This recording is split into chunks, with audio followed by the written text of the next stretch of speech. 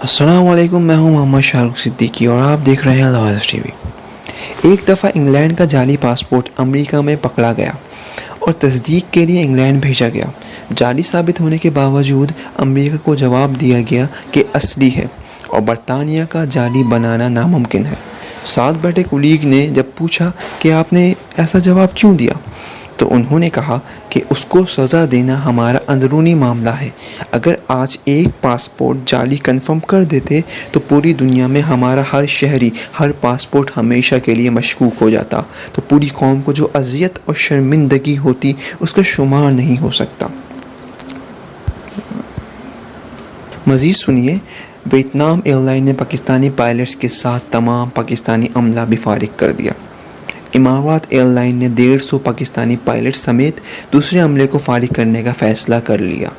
पाकिस्तान के वाहिद दोस्त मुल्क तुर्की ने पाकिस्तानी पायलट्स हटा दिए, बल्कि हैरानकुन तौर पर उनके F-16 पर काम करने वाले भी पाकिस्तानी पायलट और अमला भी हटा दिया गया।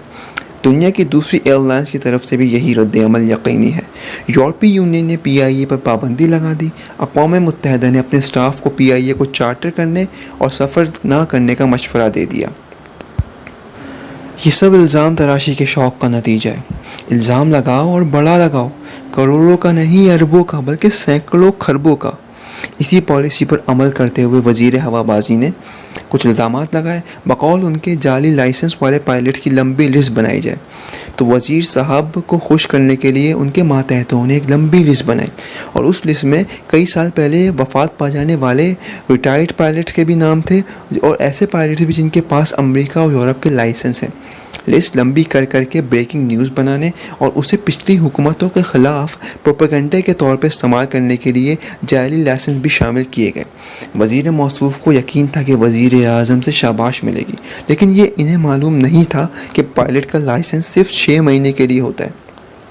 हर 6 महीने बाद नया इम्तहान देकर लाइसेंस रिन्यू करवाया जाता है। यानी ख़ुद मौजूदा हुकूमत भी इन पायलट्स के लाइसेंस 4 बार रिन्यू कर चुकी है। शौक़ तो पूरा हो गया, शाबाश भी मिल गई होगी, लेकिन PIA बंद हो गई। पायलट्स के अलावा भी हज़ारों ऐसे अफराद थे जो बेरोज़गार हो गए। बहरहाल शौक़ का कोई मोल नहीं होता।